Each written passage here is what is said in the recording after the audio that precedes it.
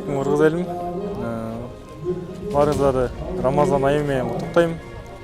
Арман оразаңыздар қабыл болсын. Барыңыздарды Наурыз майрамымен құттықтаймын. Бұйырса ертең саат 11:00 финалдық ойындарға чакырабыз. Финалдық ойындар жаңы ат майданыбызда болмокчу. Барыңыздарды күтөбүз. Жана ошондой эле Садыр Нуркожоевичке жана анын командасына, жалпы көк көрүүчүлөрдүн атынан терең ыраазычылык билдиребиз. Сиздерди терең урматтоо менен Эсен Улуу Өмүрбек.